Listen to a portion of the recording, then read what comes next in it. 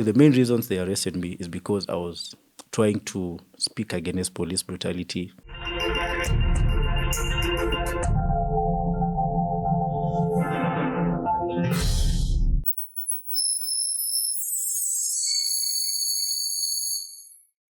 Hey there, and welcome to Fanya Mambo Africa. This is a very interesting episode for me because we have one of the people who's been recently arrested by the DCI. He will tell us what it is like to be arrested by many people and 3 Subarus, just one man. Yeah. If you've never had that experience, we have the man himself, Kan Maiyo, with us. He'll be telling us. And we also have Nobert Mburu. Nobert works with Odipodev, a research company. And they've done research recently just to see how people are feeling about the police and protesting and how the state is repressing people and things around that. Karibuni sana. Asante sana. A little bit about each one of you. Okay, let's start with the person we were putting hashtags just the other day for. The DCI alumni, yeah? Yeah, DCI alumni. I'm a DCI alumni, yeah. My name is Kan Maiyo Was Arrested. I go by Kan Maiyo on my social medias. I'm an active citizen, actually. I'm just a concerned person when it comes to justice, matters, governance, just welfare, normal welfare of the people. Currently, I'm running a logistics company called Leta Peleka. That's what has been keeping me busy. And also being part of church leadership. Yeah. So you're both from the church space. And Yeah. I'm from the church space, actually. I can't call myself an activist. Maybe I'm just someone who is concerned when it comes to justice. Because the foundation of our church teachings is basically righteousness, justice, truth, and everything. So if I'm in an environment where those attributes are being abused, I get disturbed. Okay. Yeah. Interesting. Yeah. And it's interesting to hear you had been hiding before you were arrested. Yes. Okay. Yeah. Nice. Karibu sana to Alfa House. Asante sana. It's an honor. All right. Nobert. Yes, my name is Nobert Mburu. I lead society and culture research at Odipodev, which is a Kenya-based research and advisory firm. And so we undertake a lot of public interest research, just around the state of the nation, around how Kenyans are feeling about different issues. And yeah, one of the topics we have managed to research on of late is what you have mentioned. And I'm happy to be here and to share what we were able to find out. All right. Karibu sana. Asante. I think from tops, we will start with Kan because your arrest was quite dramatic in a way because we could hear you telling cops, you're wasting your energy. Yeah. Don't be so harsh. I'm ready to go. And then kuna waya ya stima, something. Yeah. What happened? Why were you being arrested? Actually, when they came, they didn't tell me why I was being arrested because it was a shocker for me because I was coming to end my day. My office is on 8th floor, but I got arrested on 6th floor because I was trying to run. Oh, you decided to run? Yeah, I decided, man, these guys are following me. Why? So they caught up with me at 6th floor. And then I'm asking them, okay, why are you arresting me? Utajulia mbele nini. So I told them, no, I don't know you. Like, you're in civilians and everything. So I was in a state of shock by the time they're trying to handle me. So in that commotion is when they decided to try to cuff me, but I was a bit resistant and everything. So in the process, they decided to sort of chain my hands on the wall. In the process, it caught an electric cable. So I was trying to tell them, just untie it. I'm cooperative, tuende. But wako wanasikia. But at the end of it all, someone else came. Another policeman came. He calmed everything down, and then we just proceeded. But it was a point of, or rather, state of shock. Shock, Must disbelief. Be, of course. Yeah, like, wow, I've been talking about Albert Ojwang. Sasa mimi ndo nimekujiwa next, such things. But I was ready for everything, actually. I think I just came to terms with it and nikasema, kama mbaya. You were ready. Yeah, I was ready. But now when you got down, I mean, earlier you're telling me there were like 3 Subarus that were waiting for you. Actually, how was that between you being loaded to this Subaru and getting to Yeah. wherever station they took you? Yeah. The most surprising bit of it is when I cooperated with them, they were so gentle. It's as if, okay, put it this way: when you see a mheshimiwa being escorted by police, that was my experience after I cooperated with them, because we got into the lift. There were around 5 guys in the lift with me. We got down, and then I was taken to the Subarus. There was one in front of us, and then and then two behind us. Escorting. Yeah, escorting. So one was used as a decoy, because when I was being arrested, they told me we are taking you to Capitol Hill. Yeah. So guys went to Capitol Hill and followed one of the Subarus. So the DCI wanted to use it as a decoy to avoid all this attention and everything. But the two that I was, or rather, the one that was in and the other one that was following us, we went to DCI headquarters. Okay. Yeah, but in the car was just men talking to these guys. Nikamwambia man, kama mnaweza kuniua please, yeah, msifanye hivyo, but mwache niseme ukweli. It was a conversation. By the time I'm getting to DCI, were they responding to you? Yeah, they were talking to me. Naambia msiniua, anasema no, hatuendi kuua bana, sisi we are good people. We are good people. Out of curiosity, what made you think that they would kill you? I think it's called what the institutional memory that you have of the police thing and everything. Because one of the reasons, actually the main reasons they arrested me is because I was trying to speak against police brutality. Just, using my own way of expressing this thing. And it was in relation to what had happened to Albert Ojwang. So unashikwa because you were talking about someone that was arrested by the same police and he died. So the only thing that comes in your mind is, man, these guys are going to kill me. So it's a funny contradiction of what the police should, be perceived to offer. Like in the sense, you need to feel safe with the police. with the police. Yeah. But I think out of the occurrences that have been happening in this country, you feel threatened when you're with the police. So that was why I was telling them not to kill me. Okay. Yeah. We are glad they did not kill they did you. not. They were. And those at guys. least we are happy we can hear of people being arrested and released alive. Yes. That's a good thing. But I can say, just to add on it, I think they are not planned to come and arrest me in a violent manner. It's only that maybe I was in a state of shock, because the manner they handled me after that, it was a bit confusing for me. Like, why are these guys so calm? Wanapanga nini? You're talking to them, they're answering you, everything. And then we go to DCI. I was taken to, interrogation room. They were around, all of them walikuwa around 15. Wamekaa huku. 15? Yeah. 15 people? They were many, yeah. They were many. Yeah, so after they checked my bag, they realized this guy may be atana. Because they found a Bible study. Oh my God. Everything. Nothing in relation to violence. They had not known you're a pastor on the other side. Yeah, I told them. Actually, I told them, if you go and check my TikTok, I started posting these things after Albert Ojwang's death. Before that, I was posting motivational, content and everything. Yeah, it's only that I could not continue keeping quiet. Yeah, when injustice is taking place. So did anyone question why you had a Bible? Yeah, the question, we uko na Biblia na wewe ndo unachocha watu hapa maandamano, such things. But it was a nice experience for me after I got into DCI, because those guys were so calm. I'm not trying to hide anything, but those guys were professional, I can say that way. Okay. To me. To you? Yeah, they were very professional to me. Okay. Yeah. No, but if you had 15 men questioning you in a room, It's a big audience. and probably you don't have a Bible. Yeah. Yeah. Wow.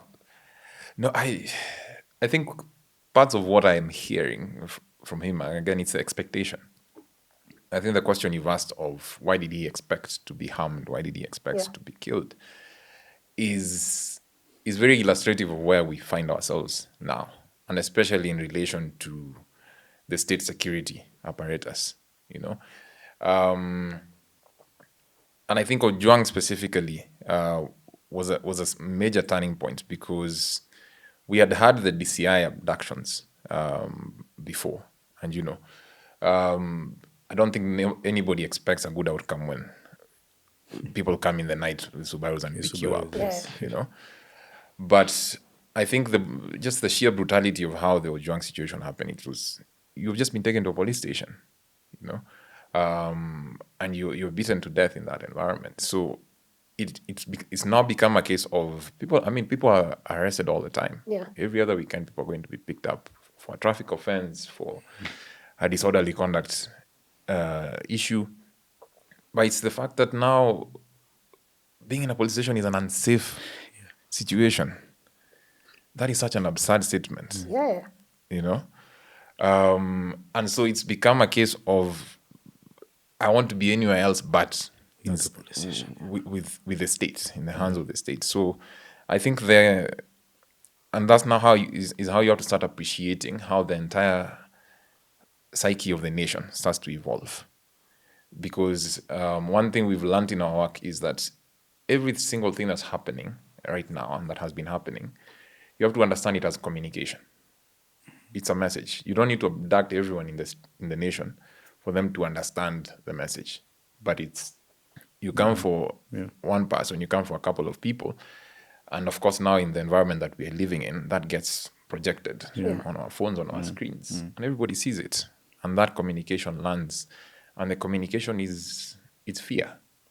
They want you to be afraid. And so it's that. We've been, especially in the last year, that's what we've been living through as Kenyans. Psychological.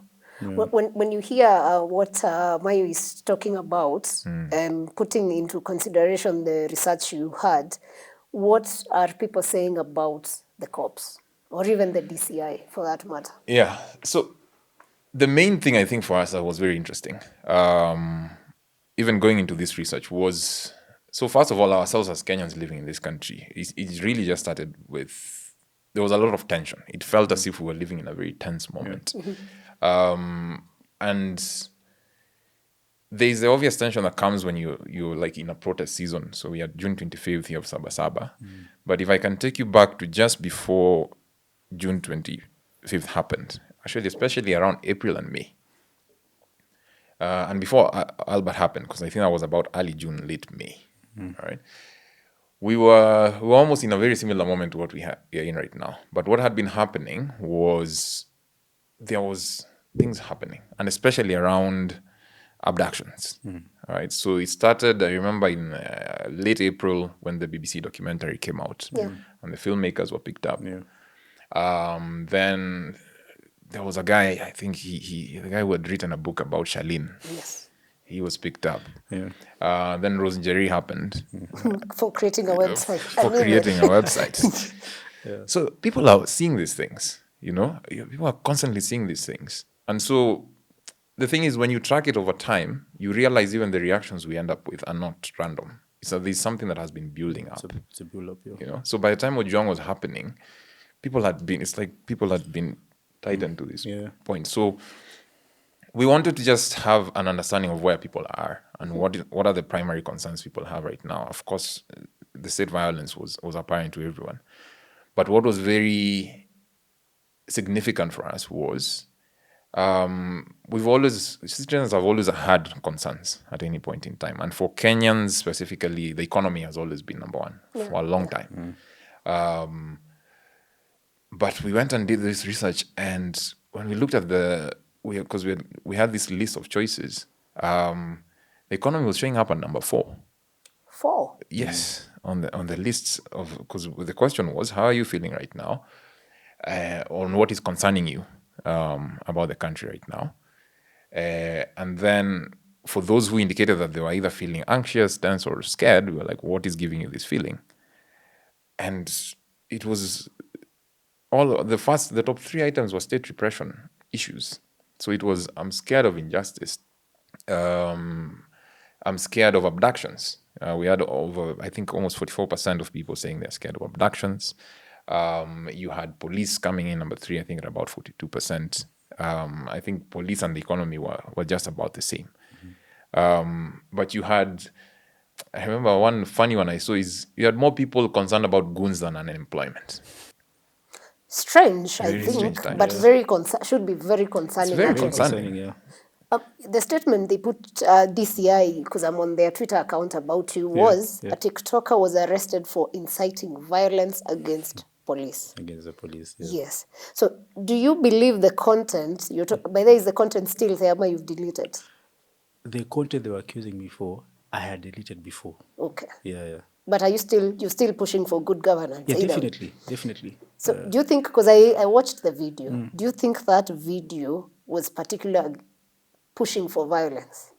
No, it wasn't pushing for violence, but I think what I picked from the reaction of the DCI is the government is in a state of tension. So if you make a statement, let's say, for example, if the government does not stop with this corruption, Kenyans will rise up and look for MPs and beat them. The government will not pick the first part of the They statement. picked a bit first. You get what I'm saying? They'll pick the Kenyans will rise and beat them. So they'll pin you on that. Why are you inciting Kenyans to beat the MPs? But if you look at the entire statement, the message is stop corruption. You get? Yeah. So for me, if I can speak about the video, the message I was passing across is the police should understand that the citizens are paining in one or the other. And if they continue doing this, it will get to a point where citizens will have to protect themselves. And unfortunately, the police and their families might be affected when the citizens start protecting themselves.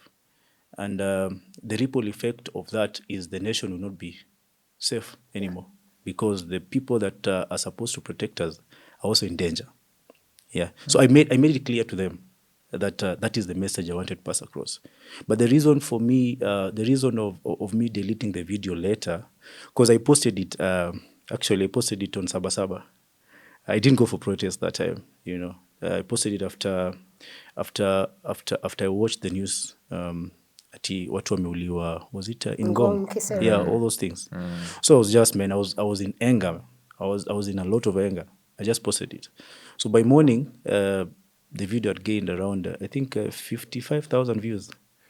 So I went to check the comments and everything, and I realized, okay, this video is passing, mixed, it's communicating mixed information to people. So that's why I decided to pull it down. But I did not pull it down because I felt that it was something wrong I had said, but because of how people were interpreting it. Unfortunately, come to think of it, by the time I was pulling it down, it's gone. Yeah, the DCI had already downloaded it. And even other Kenyans have shared. Yeah, they've already shared. So I posted the video on 7th. I got arrested on 9th, and I deleted the video on 8th. So I don't know. But the funny thing is, I have other videos talking about DCI and police brutality, especially the one that trended. It is the one that I'm talking to DCI and everything. Yeah. I posted it earlier.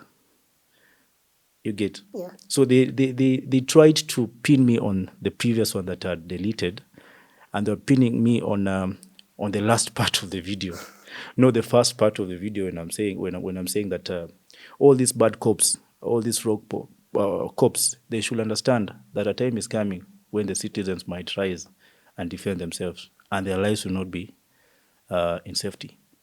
And the ripple effect is the country will not be safe because of that. But your statement is very true. I remember we sat here with the Honorable Mother Karua, and she said one day even the police will demonstrate. Yes. So the messaging, maybe, yeah. as you're saying, they can pin you on the wordings and semantics, yes. but I think the message is home for everyone. Yeah. And when you talk to people and you hear like him, he's posted a message and feels like, okay, what I mean is this. But of course, people interpret things differently. Yeah. What is it from your research that people are saying about digital activism and posting such messages also? No, so you have to understand it again at a systemic level, and I think what he's saying is important. I think part of the point that is not being appreciated enough here is the breakdown in the system that makes citizens have to resort to this. All right? Because ideally, in an ideal democracy, you have a situation where there is systems through which the voices of the citizens are heard. There's systems where citizens are allowed to participate in governance and the rule of the country. All right, and ideally, that is your parliament, that is civic leaders. But it's a very natural occurrence that when those systems are not working as they should, people are going to find alternatives. Yeah. So if you go back again to last June in 2024, and especially that moment was very blatant in that the fact that all millions of citizens have arisen and they've told their representatives, we do not want this bill. Yeah. And you as our representatives and the people we have elected, we are telling you to tell the powers that be that we do not want this bill. Yeah.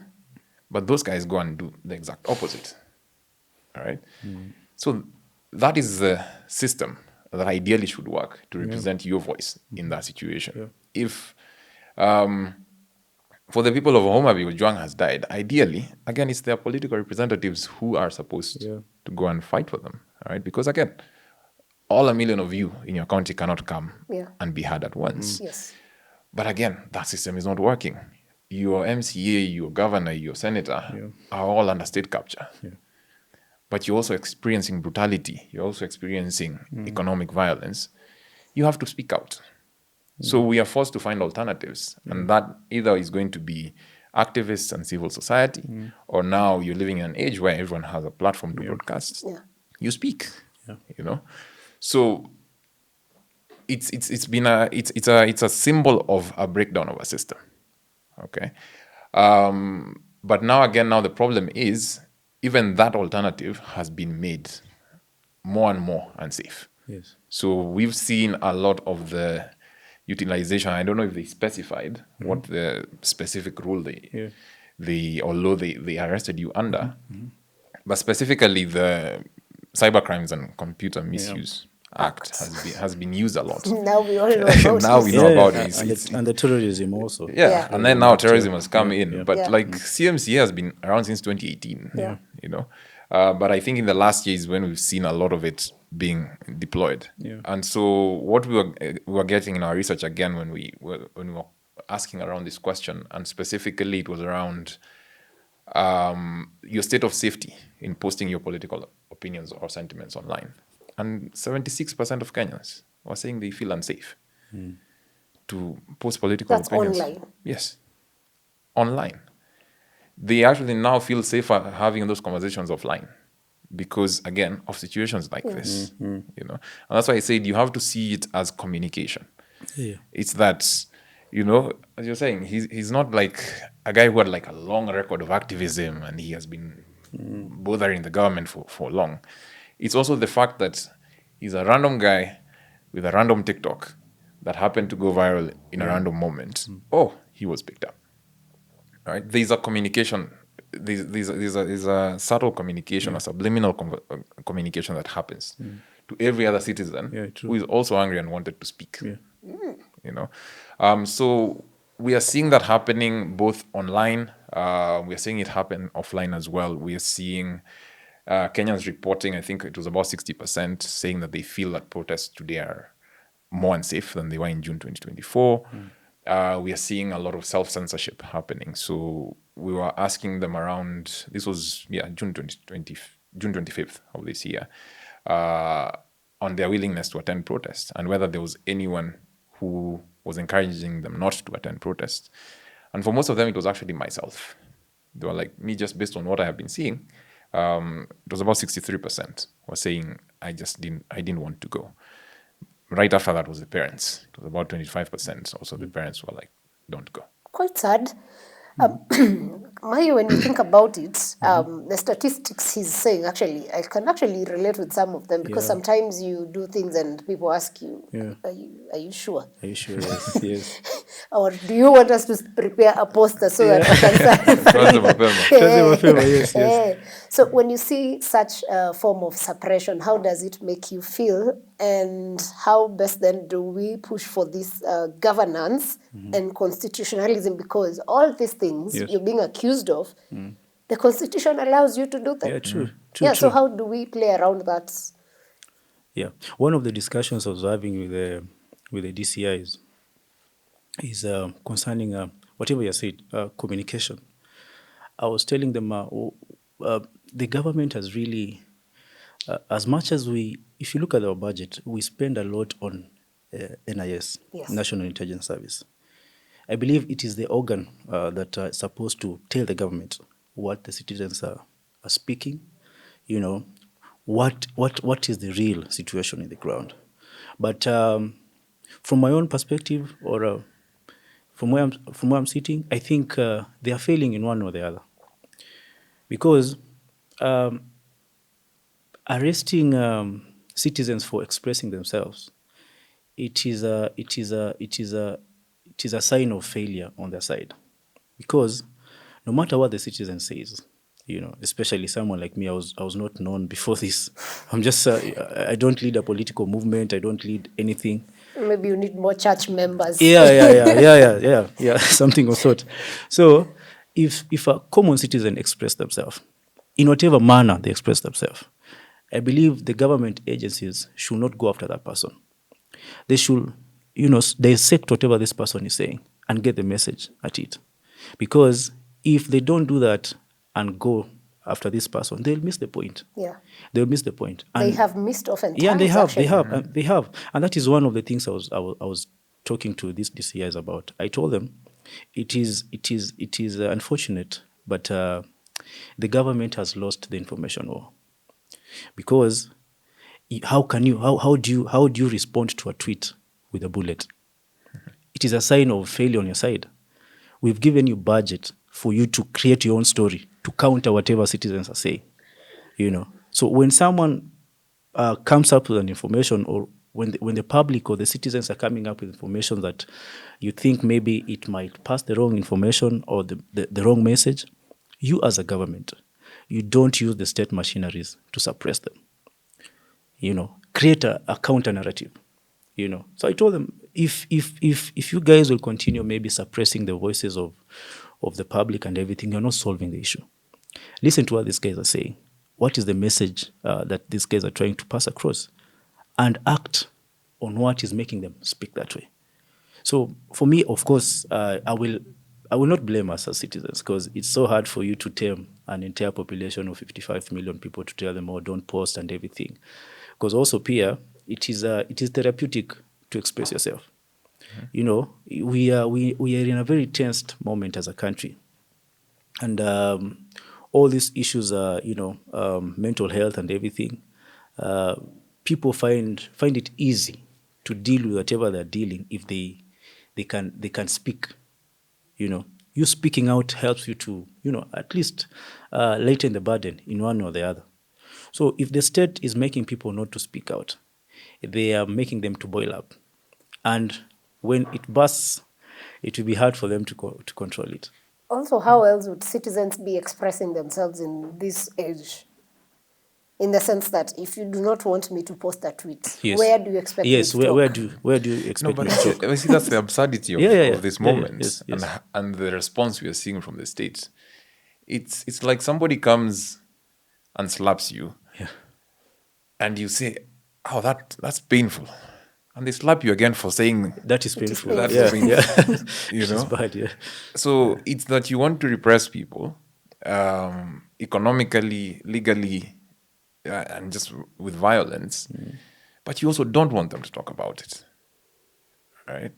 So you generally create an absurd scenario, because sometimes I think about it, I wonder, so what is it that is your ideal scenario? What is the ideal citizen to the government right now? Yeah. So it's quiet. It's just like we go quiet, and we allow you to just do your business, which is not your business. You're utilizing public resources. And you're misusing public resources. And we're just supposed to see it and just not say anything. Is that the idea? All right? Because the systems, again, that just like as I was saying earlier, the systems that are in place for me to communicate with you are not working. You've captured all of them. And it's now even now what we are seeing of late, what they've started again, the narrative around a dialogue of sorts. It reminded me of a quote I saw. It said, when people keep asking you to use the right systems, seen It's that. because they know they already have control of those Over systems. those systems. systems. Yeah. Okay. Yeah. And again, we are living in an age where people are a lot more educated. They're a lot more informed. Yeah. They see through these things. So there's places we're not going back to. There's a kind of citizen I think that our state is very nostalgic about. A Kenyan of the past. Yeah. And I feel like they need to catch up to the present moment where that Kenya true. does not exist anymore. Doesn't. And it's not a Gen Z issue. It's everyone It's the who world. exists right is the now. world, yeah. It's the world we are in. So we are not going back to that. Yeah. You know, when I look at it, maybe when Moi was in power, the level of education was very low, Yeah, right? go, yeah. Kibaki came in, brought in the free education, and so we got a lot of young people educated. Yes. And of course, Uhuru came and pushed it. Yes. So now, since 2000 and Kibaki got into power in 2002, that's how many years ago? 23 years. 23. Yes. So those are the adults Yeah, of exactly. today. Yeah. It And is. these are the people being called children by the government, right? Yeah. What message do you think the government is missing about this population? Because the 23-year-old of today and the 23-year-old of the Moi era, Yes. It's different. and their understanding of the constitution Yes, is yes. different. Their understanding of what public leadership, good governance, all these things. Now we have information. Yes. So why is the government not getting that the 23-year-old of today is not the 23-year-old of when President Ruto was a minister? It is something I'm also, trying to understand why. Like I'm trying to wrap my head around that, whatever the government is doing, but I really don't understand also, because as you said, the government needs to catch up with the current population, because as a business person, one thing that you should know is you don't give people what you think they want. You give them what they want. You cannot force us to buy at shike kikombe nini if I don't want the cup. I don't want it. I don't want it. You can't force it. So as a business person, you have to adjust to the needs of the market. It's the same thing with the government. The government should adjust to the needs of the population. And they should understand that this population is very, very aware of everything that is happening. A lot of things that were hidden in the past public, in the previous government, are no longer hidden. Also, the fact that we have information on our fingertips, we are sort of ahead of the government in many things. Previously the population was informed by the TV, the 9 p.m. news and everything. This day, Bana, before 9 p.m. gets to, before you get to 9 p.m., you already know everything, everything. So even if the government will try to pass a different narrative in these state medias and everything, you already know that they're lying to you. So for me, I think the government needs to adjust and update themselves in terms of responding to the current needs of the population, because that's where they're failing. They're trying to rule a new generation with an old form of governance, which will not work. It's like trying to run a new machine, your laptop with an old software. It will crash every time. Yeah. So it's up to you to update this software to the current standards of the machines and everything. That's what I think they should do.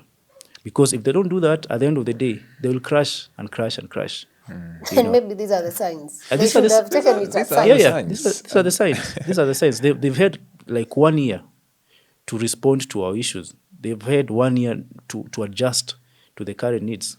Because if you look at the needs or the issues that were raised from last year's protest, June 25th, afterwards, those issues have not been solved up to now. How do you convince this generation that you are listening to them if the basic issues they raised you have not solved, and you're trying to force the product that you want to offer them to them instead of you offering them the product that they want. Because I think that is what leadership is all about. One of the things I can say about whatever we are facing right now is the government is not exercising servant leadership. It is exercising something I call a master leadership, where they want to rule over the population instead of them serving the population. If your intention is to serve the population, you will go to their level of needs, respond to their needs at their level. But a master style of leadership, it is what I say and nothing else. If you go against what I say, you're called a terrorist, and we'll deal with you. Nowadays, I think we have a lot of terrorists. I know. If I can add just one thing to the question you asked, it's so yes, the education has helped, but the information environment is a significant thing, and I think he's really touched on it. It's really hard to lie to people today. All right, even a child has access to a device now; they can Google. Right, so it's as easy as I can confirm the facts of the matter. All right, but it's also what that information environment has done to us societally, and there are some of those issues again that we are seeing play out. What broad access to information for everyone does is also it breaks down a certain authority structure that existed before. Right, it's the fact that the TV station and the news anchor was an authority in themselves for information. Yeah. So it was, if the paper has not put it, then it didn't happen. It almost didn't happen. Yeah, true. That was flattened. So the authority of information was changed.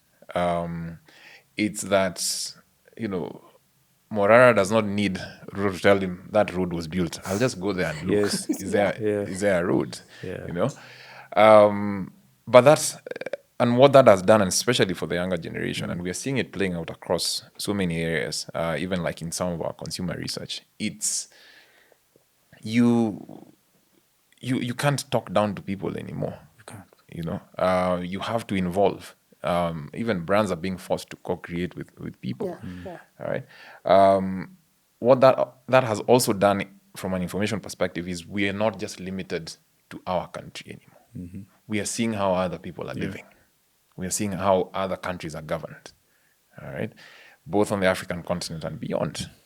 If you go back to even just the 90s, if you've not traveled, you're not seeing these things. Yes. So it's that now you have multiple generations of people who've traveled abroad. Even for those who have not traveled, they can see, and they see how politics are run in other countries, and they're like, oh, kumbe, what we dream of is possible. Yeah.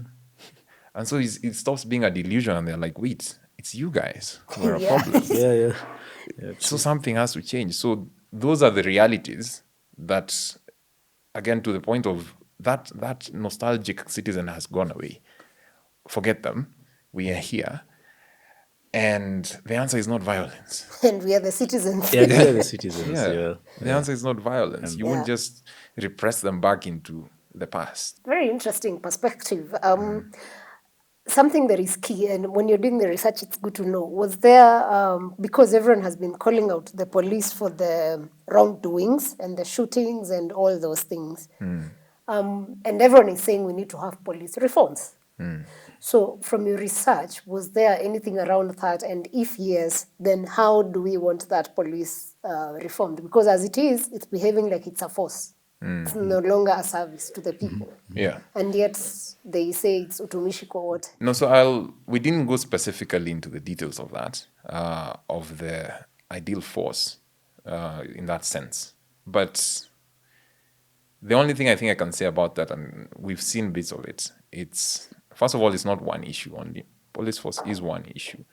If you remember, this whole thing started as an economic situation, that was still not resolved, as he has very correctly put. We still have that. Our debt situation continues to be what it is. Our corruption situation has not moved.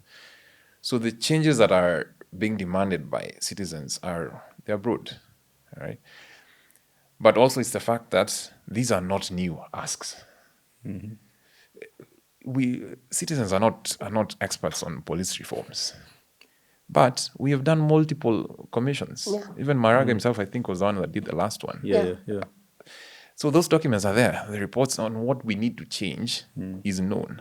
And I remember, I think last year, just around when the protests were happening, I remember that time when, again, the first ideas of dialogue started to come up. I remember it being a public response of, we don't need to talk anymore. You already know what you Yeah, need. We just do. want you to do your job. Yeah. You just use the public resources properly. Stop killing citizens. Have a force that actually protects citizens. These are not new ideas. You know, so there is this, from at least what we captured, at least online, a lot of the sentiment is, we don't need to come to a table to discuss anything. Just do your job and we will be calm. Everybody will go back to their lives. It's not also that citizens want to spend their lives The streets and just everything. monitoring the government every day. People want to build businesses and create and do art and whatever it is.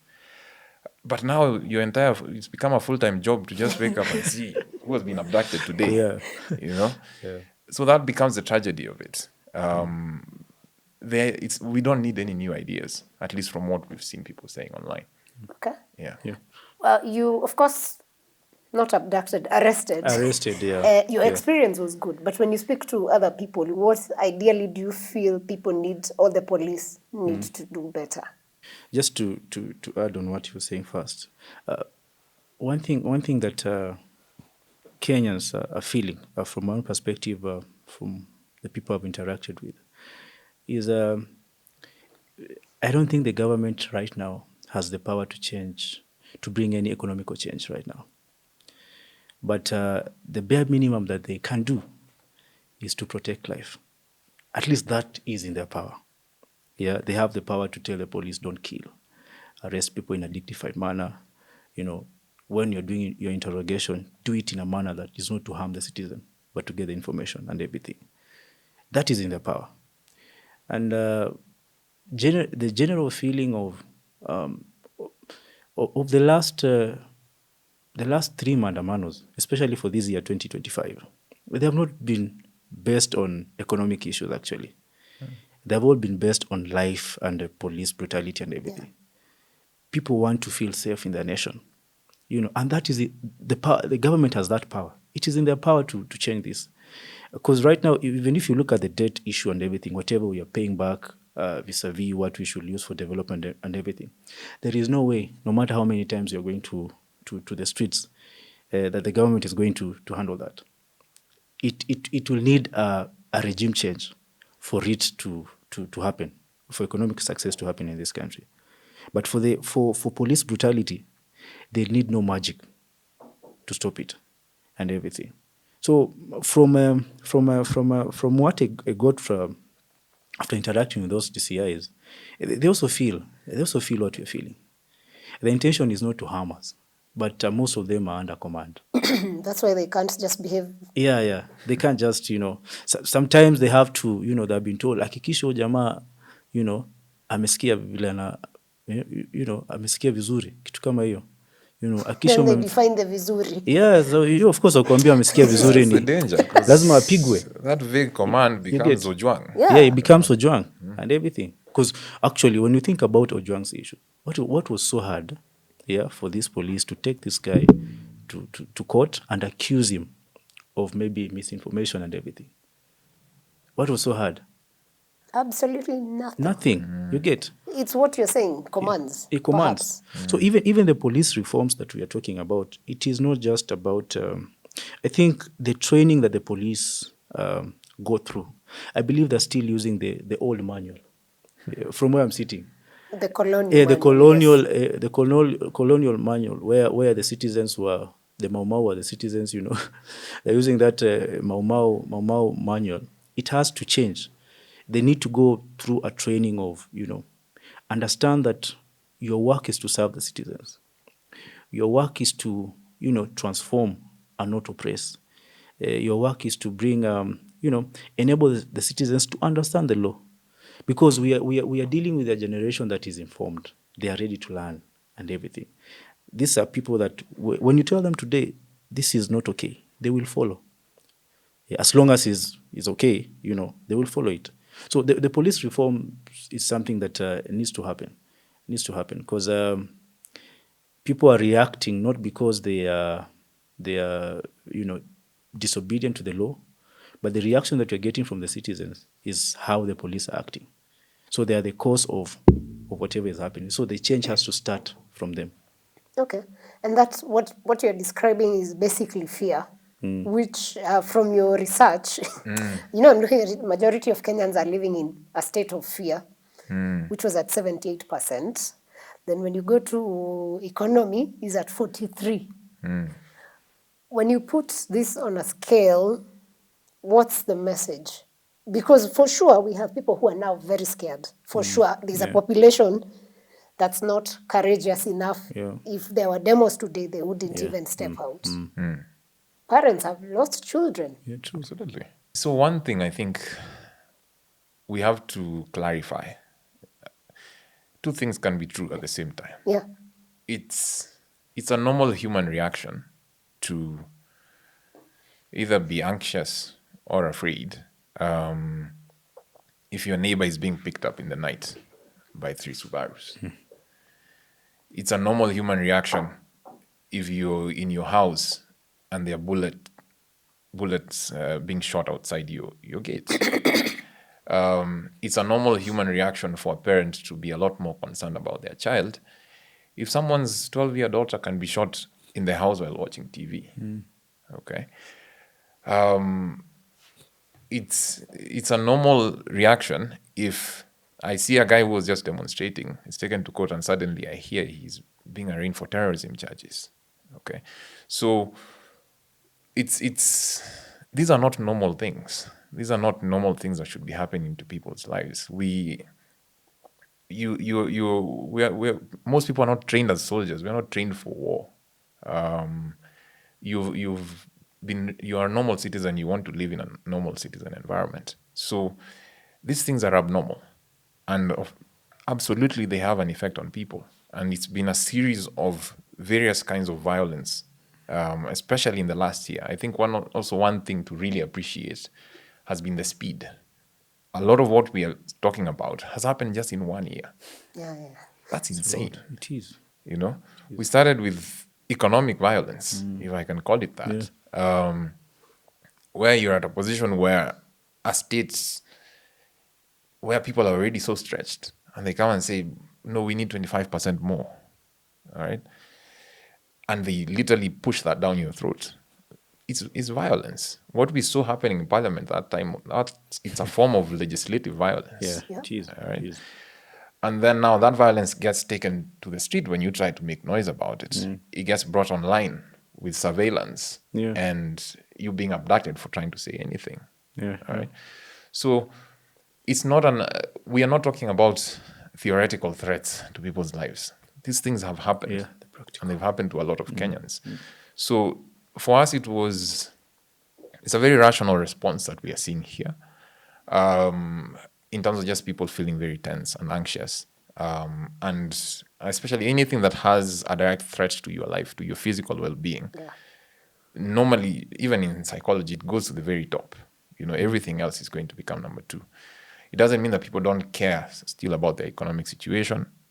Our economic situation has not improved, at least since June 2024, in any significant way. So people still have that pain, all right? So, but I think what I also really admired is that in the midst of this, Kenyans are still fighting. People are still very defiant. Even a good chunk of those who are reporting being afraid, we had about almost 58% of them saying, but I'll still speak out. Yeah. Yeah. All right. Yeah. Because that's the only option really we have. Yeah. And that, I think, for me would be the only message. It's that there's a lot of violence. There's a lot of things that are justifiably making you tense and anxious.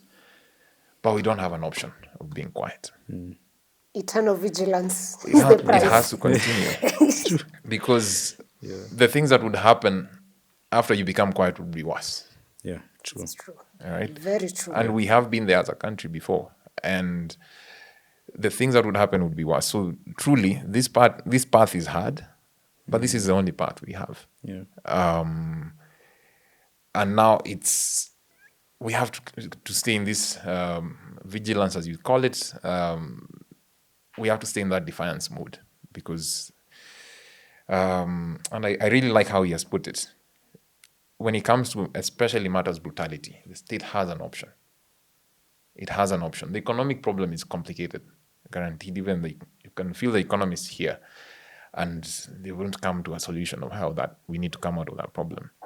But he said, But brutality is straightforward. regime. That one will be solved Right. by a regime change. Yeah, there's a lot there. Yeah. All right. There's a lot. Yeah. But the brutality one it's quite straightforward. It's actually just a call. It is. It's And a if they call. wanted to, they can. Yeah, But they can. the problem also now is you start to see the culture that is there in our leadership. What are you communicating to citizens when you have your minister of Interior issuing shoot to kill orders? Your president is also issuing technically shoot to kill orders. You can die by a leg wound too. So it shows you the culture of where the commands are coming from. Yeah. And that's the challenge we have. Citizen commands, sure, a problem to the police. I think if they were taking commands from within their ranks, just that, without citizens' involvement, citizens being here, the CES, the president, those are just normal citizens. That's the truth. I mean, he's the commander, yes, but he's a citizen. Yes, he is. So lacks the training of security apparatus for that matter. Yeah. But Maiyo, you are someone who uses the pulpit a lot. Yeah. And one of the key agencies that has been very active in this country in the past years is the church. Yeah. However, in the last 1 year, in, out. Why is the church then not... I mean, we have some churches that are getting there, Yeah. but the larger church is cooperative with the system. We are even seeing, just the other day, a bishop got a Prado. It is unfortunate. It is unfortunate because I also, in my church cycle, they see me as a pulpit activist because I'm also not buying to whatever is happening in the church cycle and everything. I don't want to give a blanket condemnation to the entire community of the church because I'm part of it.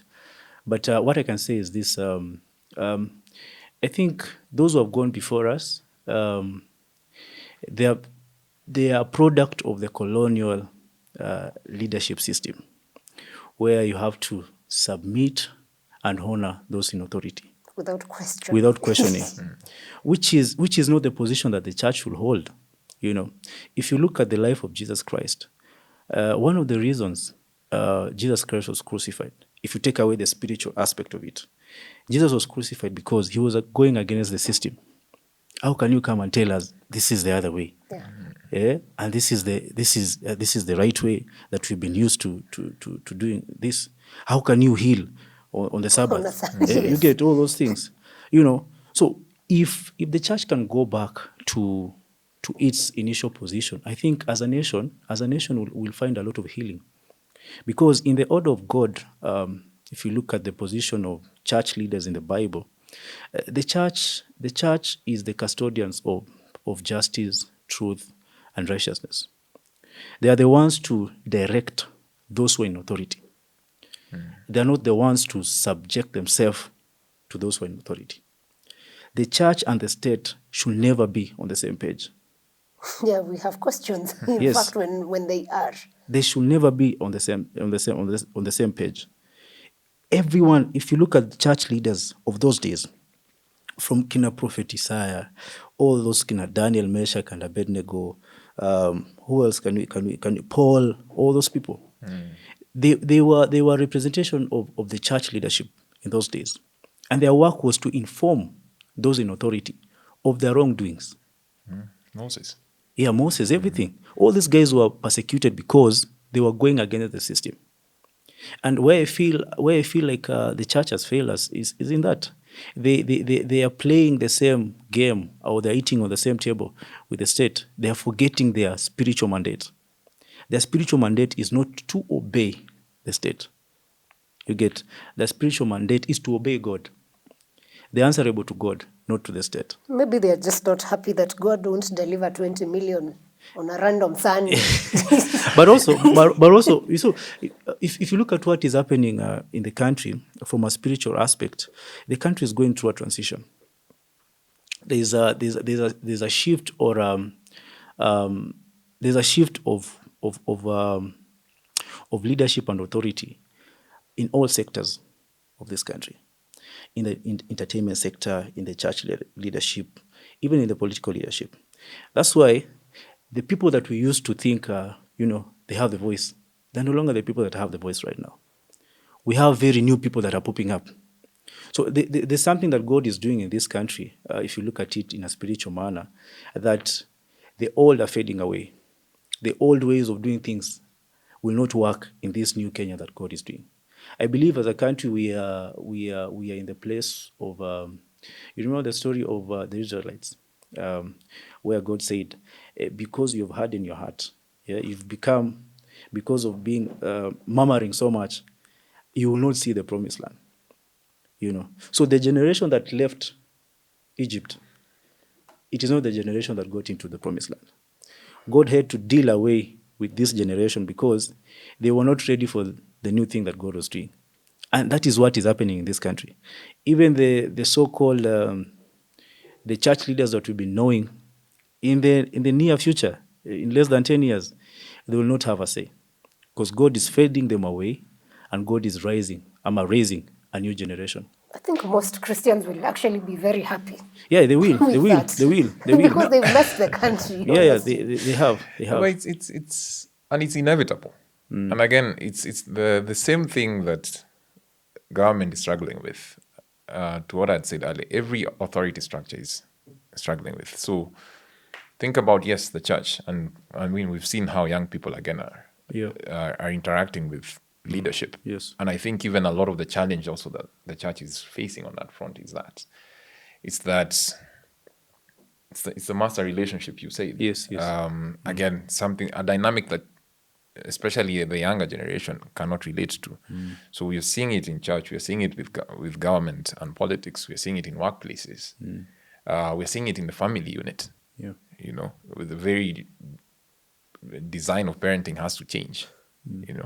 So Sorry to cut you short. Yes. You know why I'm laughing? I've just remembered on Sunday the president saying that parents are not, what did he say?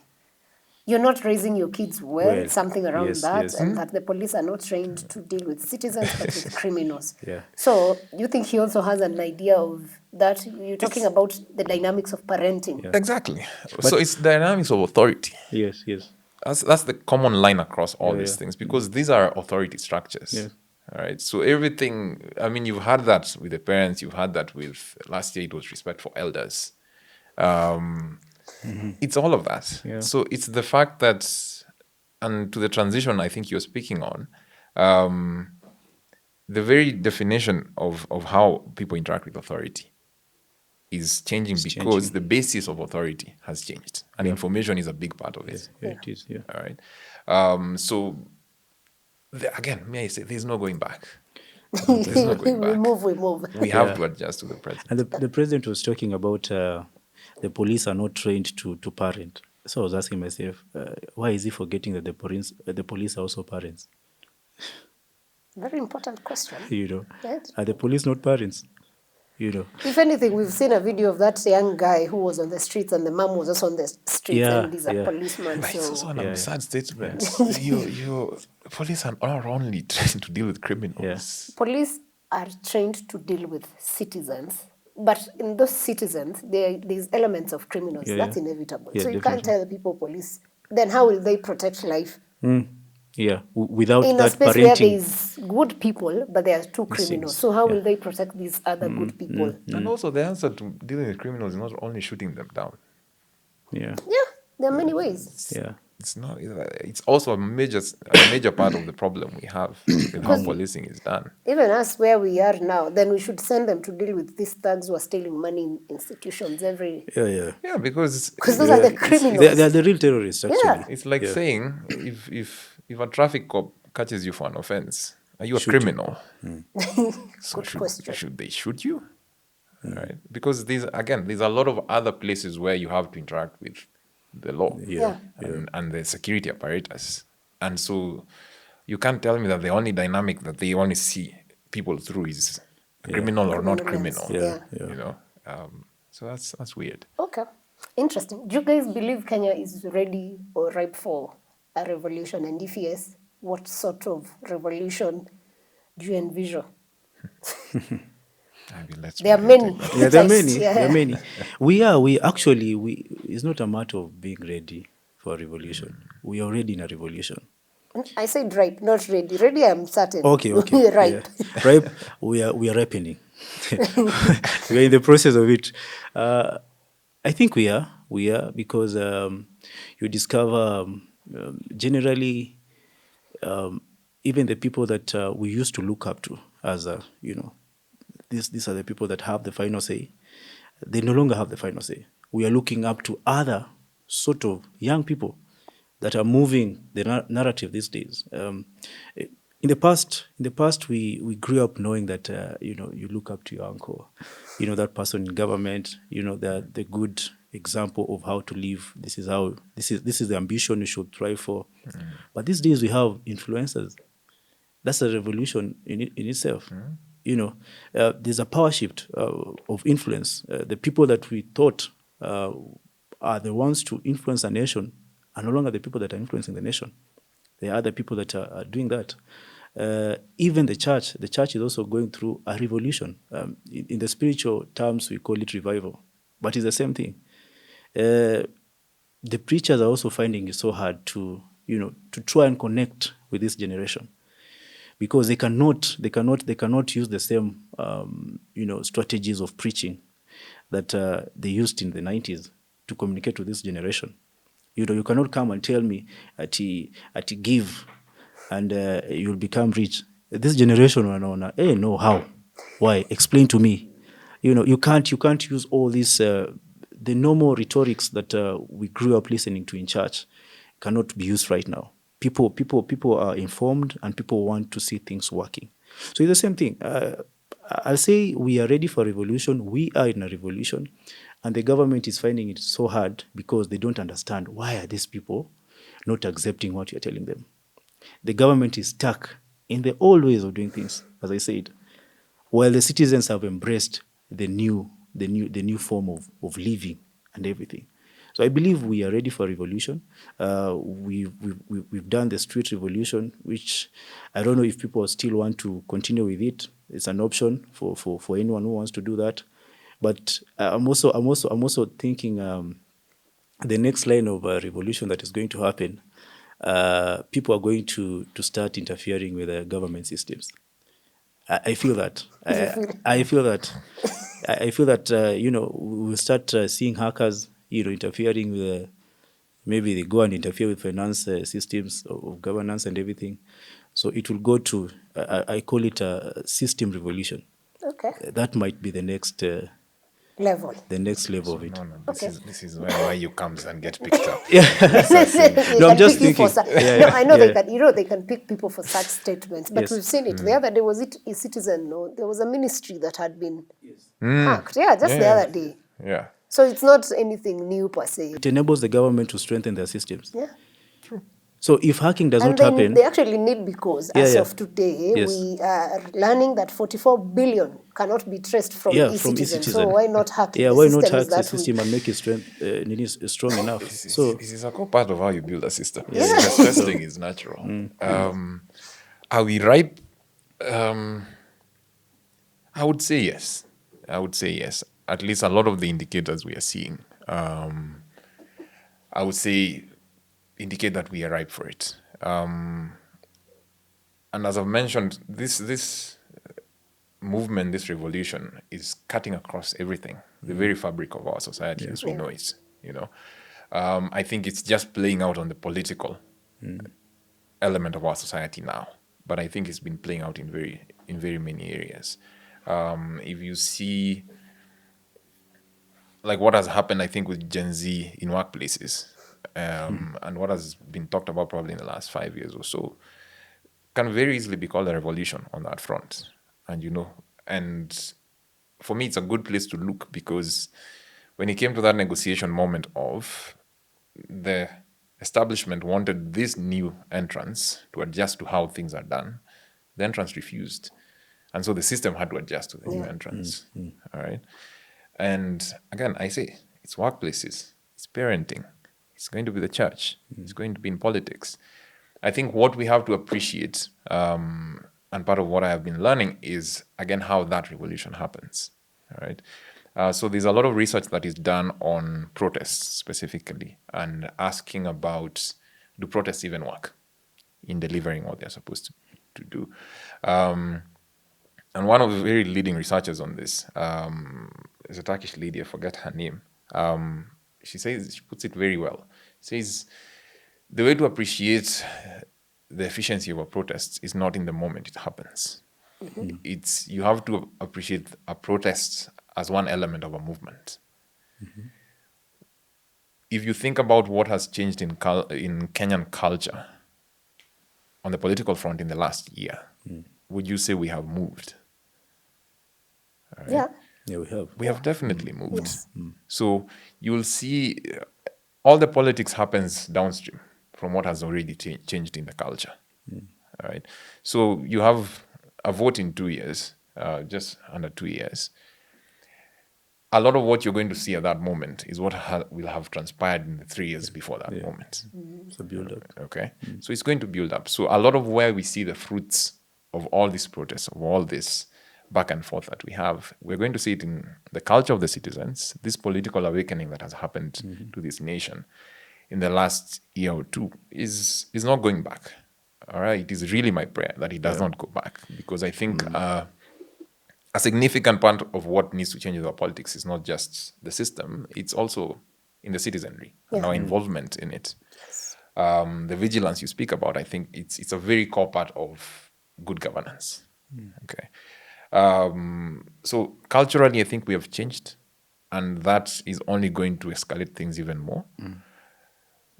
I believe we are going to see it at the ballot when it comes to the electoral moment. I can't wait for that. It's going to be a revolution, but also I think it's for us to manage our expectation in that sense of this takes time.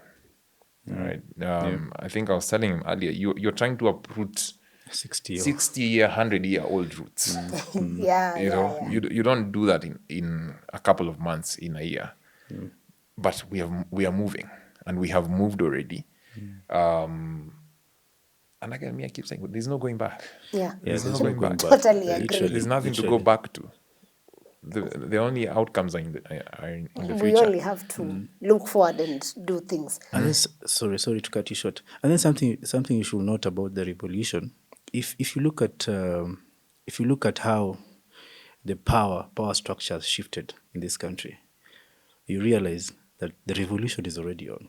In this manner, before last year, before the June 25th, it is the government that used to dictate the events of the nation. Before that, the government used to dictate the events of the nation, that we'll have a holiday this time. People are not, everything. But right now, the power has gone back to the people. Yeah, now we dictate. Literally, the government is responding to our decisions. Previously, it was the citizens responding to the government's decision. Right now, the citizens have the power. Like, they can decide, we are not going to work for 1 week. And there's nothing the government will do about it. There's nothing, literally. So there's already that power shift that happens during a revolution. And I believe we are in it. We're in it. Yeah, well, I mean, that makes sense. June 25th is slowly becoming... Yeah. I'm really excited to see how that will age. Because they haven't gazetted, but this year there was nobody working on June 25th. Yes. But that's the beauty of it. As you say, the power has shifted. You don't need the permission of a gazette. It's that we can actually coordinate it amongst ourselves and say, we are going to commemorate that day. It's part of now citizens taking charge over the memory building of ourselves as a nation. And even the story we are writing as a nation. It's the fact that, again, you think about 10 years, 20 years from now, how will the story of June 25th, 2024 be told? It's not in the interest of government to package that moment for the citizens. They will try to frame it in a way. But again, you're living in a beautiful moment where they are not the only ones who have the power over information, over memory. You can always go back to digital platforms and just write June 25th and you will see. Yeah, I think for me the beauty is we know a lot of Kenyan history has been rewritten over the years, but where we are in, I think maybe for the last 15 years, it's been very hard to rewrite because technology has been part of us. So we have it with us. When I look at it with the candidates who are fronting themselves for 2027, most have been in the system. Of course, we know the Matiang'i, the Rigathi, Ruto himself, Martha Karua, I don't know, and who, Kalonzo Musyoka. And now we have two new entrants that I find very interesting for me. Justice Emeritus Maraga. Yes. It's actually, I think it's unheard of for a former Chief Justice to run for president. Yes. And of course, the People's Senator, Yeah. Busia, Okiya Omtata. Omtata. Yes, That yes. one, at least Okiya has been in the public, but fighting for human rights things since, I think I saw him since I was a child. Yes. Yeah. What are your feelings about specifically these two candidates? Because the other ones, we kind of have an idea of what we feel. Okay, my take on these two candidates, they speak the same language. They have the same sort of political values and governance values. So I don't know how they'll find a way to work together because they'll form a very strong team. My view of Omtata, I think Okiya Omtata will make a very good National Assembly Speaker. So you've already cancelled him from presidency. Not really cancelled him for president. No, as in... Yeah. But he will make a very good National Assembly Speaker, because one of the weaknesses we've been facing in this governance structures that we have currently, it is a dysfunctioning parliament. That's true. You know, to the extent you have a National Assembly Speaker going for rallies, political rallies. Yeah. You know, taking sides. You know, it is very bad. We have agricultural bills that were to be passed. The speaker is not even, is not aware of what is happening. You know, just setting up motions, pro-government motions and everything. But I think Okiya Omtata being in that position, he will make a very good National Assembly Speaker, because he has a record of pushing for pro-people bills, you know, pro the country bills that are favoring the country. And then also his institutional memory of legislation and everything puts him at a very good position as a National Assembly Speaker. For the president, I think Maraga will make a good president for me, because he has the will of pushing for constitutionalism in governance, you know, which is the reason we are experiencing all these corruptions and everything. You know, Maraga is a strong protector, I can say that way, of the Constitution. From his record, all those things, arguably. I believe Maraga will make a good president, and then in the same coalition, Omtata to become the National Assembly Speaker, and maybe they find someone else to run for maybe Senate and everything. But Maraga should find a youthful person to become the deputy president. Okay, interesting. I'll come back to the question of why youthful, because leadership is not just about youthful. We have many young MPs, very youthful, but very useless for that matter. Most of them, yes. What's your view of the two? I think they represent the right things. Okay. I think they definitely... I like Omtata specifically because one thing we have seen with a lot of our system is it's very good at corrupting good men and women. Right? You have a guy, he was your guy, mulikuwa hapa. Mkisema. Saya shiki simu, he's saying wild things on television. You're like, hey, what happened? Oh, wow. Right? So I think I'll give him his props for being in the system and still maintaining his integrity. That I think takes a lot of just personal will. And a very deep sense of self on his part. It can be said for sure that Maraga has been in the system as well, and he has navigated it with integrity. So I think they represent a lot of the right things and the right caliber of the kind of candidate we should be aiming for. Because honestly, it's always been really terrible to just, you look at a ballot and you're like, man, these choices, they are not choices, you know? Yeah. So it's nice to at least be given an option where you're like, that's a solid guy. Of course, this is not just, I think one thing that has been clear about me, for me rather, is that it's not only about the candidates. One thing that I think was very progressive about us last year with the June 2024 protests were, they started with being about an issue. Well, like, it doesn't matter who is president, one way or the other, this kind of tax regime will not work. Yeah. All right? It doesn't matter who is president, our police force cannot stay in this same shape. All right? So I think my hope is that we also, yes, choose the right candidates to be in those positions, but we also, I think as a nation, need to shed a bit of a messiah mentality. All right? True. And that's what now the involvement in governance involves. That's what the vigilance is for. Because there is a chance that you put one of them in that place and they go and they turn on you. What happens then? Yeah, what happens next? Yeah. So our job then is not just now we are heartbroken. Now, we thought you were going to be a good one. Now it's not. Yeah. So the idea is not just to be now a jilted, heartbroken citizen, is that call them up to the same standard that you are calling Ruto to, that you are calling the one before him to. They will all be called to the same standard. But I do believe they represent a lot of the right things. They have work to do. They have their work cut out.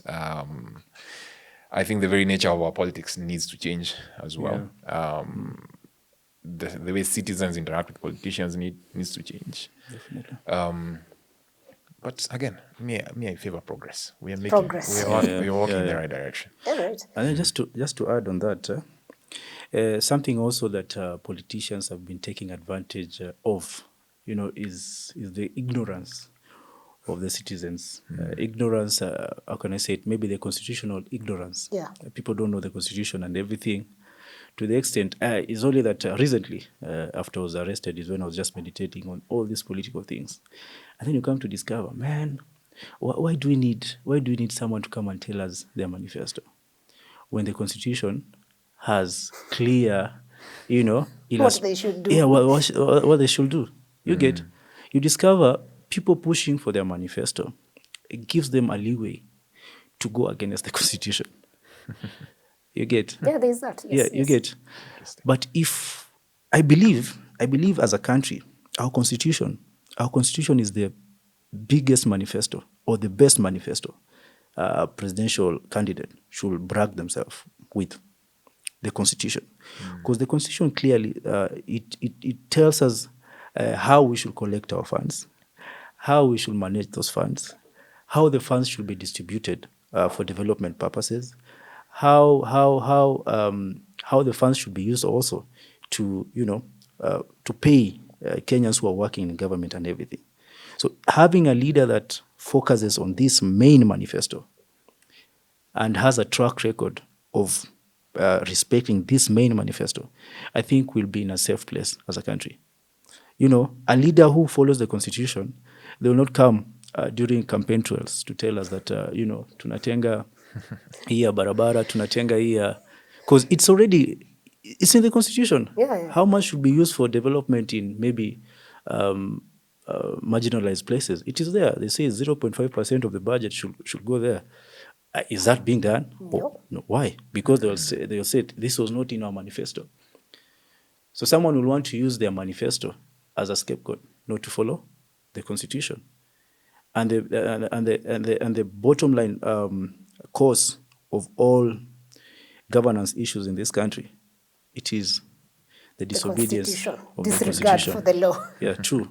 Okay, that's actually a very interesting perspective when you think about it, because all these things are stated. I think we, as they keep saying, we have one of the best constitutions. Yeah, it is.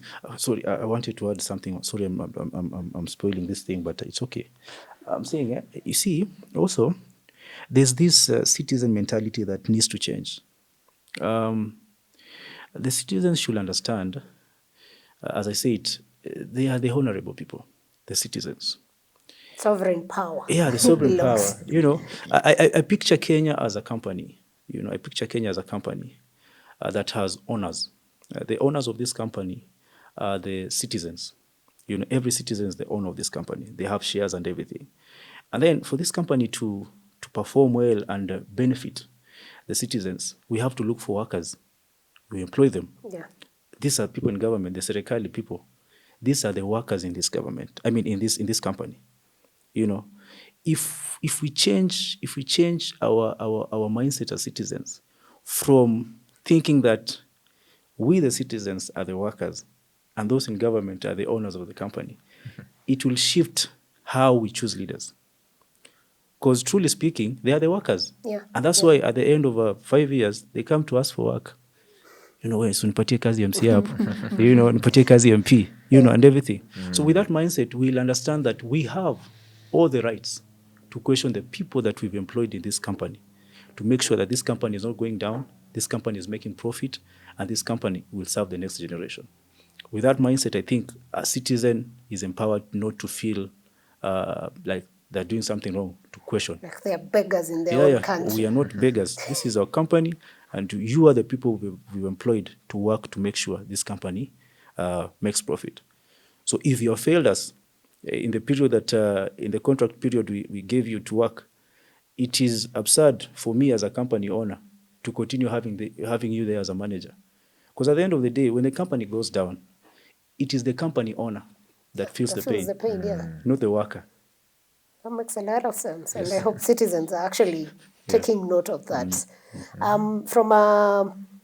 mean, we've discussed a lot of what is happening in Kenya and the ideal leaders you're looking at, but I would just want to know from each of you, who's your best African leader at the moment, living, and why? Okay. Yes, because we've had enough of Mandela. I mean, that's now history. Yeah. I mean, even if it's the Kenyan one, I have no problem with refilling. That would be a surprise. I think presidents, forgive me, I forget the name, at least I remember the countries. Namibia. The lady. Yeah. Somebody and even, Ndaitwa, yes. Yeah, and even I think the guy before her did a decent job. Botswana as well. I think those two is what, and it's a good question, because I think sometimes you look for a source of hope. And you go down there like Uganda. Yeah, you look for a source of hope, and the hope has to be close to home. Yeah. Because I don't have to go to an entire other continent to find that hope. Yeah. So I struggle with our continent a lot, and that's a whole other conversation. But for me, I think those two countries is where I'd say I've seen a bit of hope. I think I've seen that it's possible, because sometimes it's made to seem as if it's like, just as a continent, we can't seem to figure out what good governance looks like and actually just execute it. So to see at least some countries, and I think Botswana has had a longer run at it. But Botswana hasn't. The guy is new. Was he like? Is it early this year or last? Yeah, the latest guy is new. But if you think even of everything they've been doing since the 80s, and the choices they've made, and being able to just create this equitable distribution of wealth for the citizenry, I think it's admirable. It's admirable what they've been able to achieve. And what Namibia is doing of late also, I think is admirable. Those are the ones. Right. Those are the ones for me. Great. I mean, for you, if you don't know the presidents of those two countries, Namibia, I know it's a lady called Nandwa somebody. Botswana is a guy, Duma Boko or something, if I'm not wrong. So you can go and read about them. So you have a comparative analysis and understand why Nobert is going for those ones. Maiyo, of course, me, I'll go with Traore. Yeah, I'll go with Traore. I was like proud. I'll go with Traore because he's shown that. Just remind people that he's not an elected president democratically. Let's just always make it clear. Not that we support cool leaders, but we support what he's doing for his country. But my question is, who said that? Who came up with a template of democracy being the right thing? Mzungu. You get neocolonialism. Yeah. So just because this is what we found here, it doesn't mean that any other form of leadership should be questioned. We also need to transform that, because I believe Traore is leading a democratic military government, because democracy is how do you define democracy? Government for the people, by the people. By the people. Yeah. So if a government is fulfilling those principles of democracy, I believe it's a democratic government.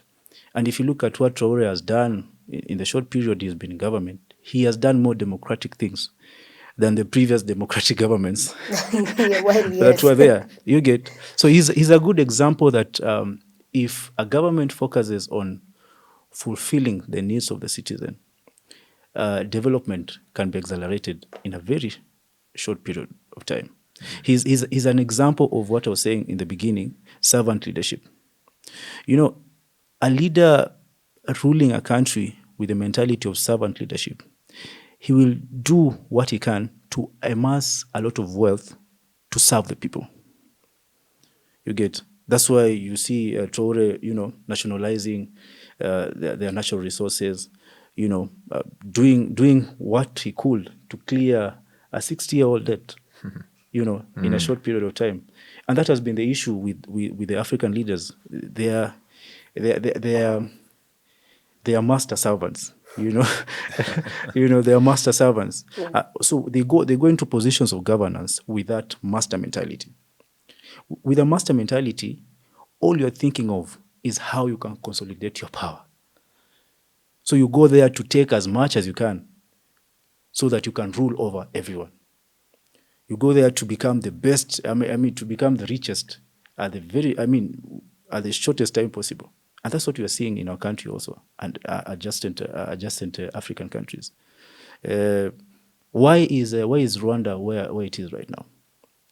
It was because of a leader that rose up who decided to protect his people and serve his people. You get? All these military governments that are doing well, they are democratical military I get the point. governments. You get it? I'm like, whatever works for the people. Yeah, whatever. As long for as your country. as long as the system is serving the people, well and good. Yeah.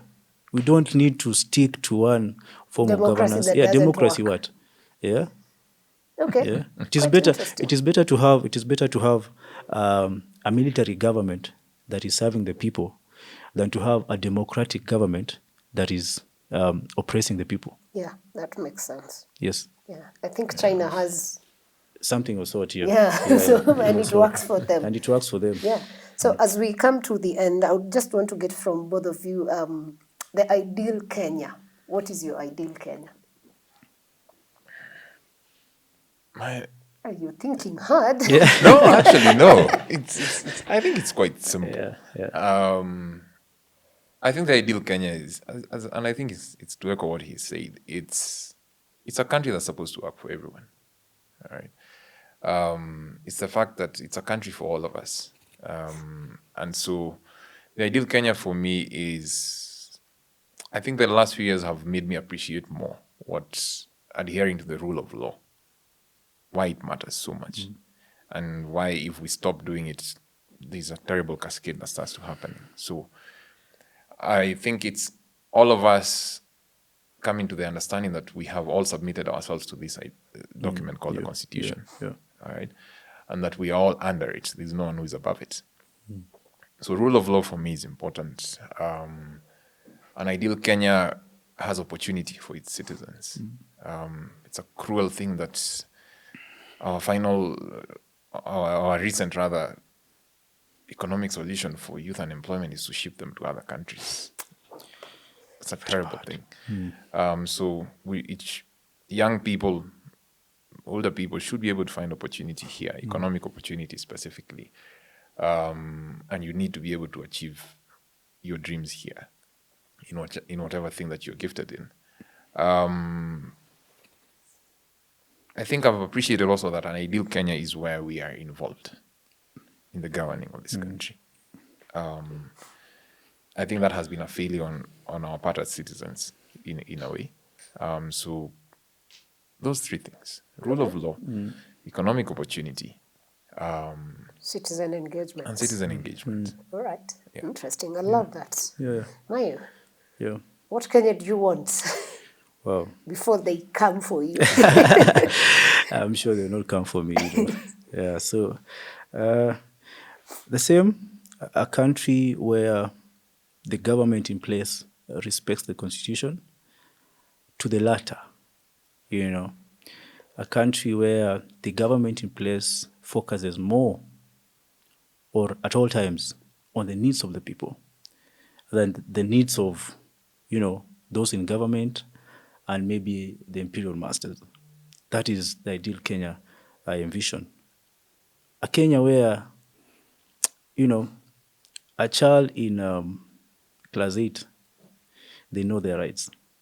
And actually, I'm proposing here, if the Ministry of Education can introduce constitutional studies in our curriculum, they find a way of introducing it from, grade 1. If a child is able to memorize, the Quran or the Bible at that young age, I'm sure it's not hard for them to memorize the Constitution. Yeah. It should be part of our education studies, or part of our academic studies, the Constitution studies. That's something I think the next government or whoever will be in charge of that sector should think of, because people need to be empowered to know their rights. So you can imagine the entire population knows their right. It means when someone is going to serve in different departments in this country, the police, a boy going to serve as a police, he goes there knowing the Constitution. Game changer. Game changer. Yeah. You get. So by the time he's coming out, he will be informed a lot on how to handle the citizen. Even that itself will make sure those guys who are creating the curriculum or the training programs of all these enforcers, they don't train it outside the Constitution, because they have also been part of this of the training of the Constitution. So I think the Constitution studies is something that the government in place, or the government that will come in place, should have it as part of the subjects. Wow. Very interesting. Yeah. And I love that. Yeah. Maybe they should start, is it grade 1 or wherever, where they just teach that first power, sovereign power. Sovereign power, yes. The people, the people shall. Yes. Shall so by the time you're being given your ID to be qualified to be a citizen of this country, you have to pass the Constitution studies. The Constitution studies. Fantastic. I love that. Yeah, that's interesting. Great. Gentlemen, thank you so much for coming through. It's been such a fun conversation. Thank you. At least we had fun while at it. So I have enjoyed myself. I hope you did. And to our viewer, I hope you picked a thing or two. To the government, the Ministry of Education, that's a very good proposal. You do not need a budget to go in a hotel to discuss. We gave it for free in this city. So if you can take it up, we will appreciate it. Thank you for watching Fanya Mambo Africa. See you on the next episode.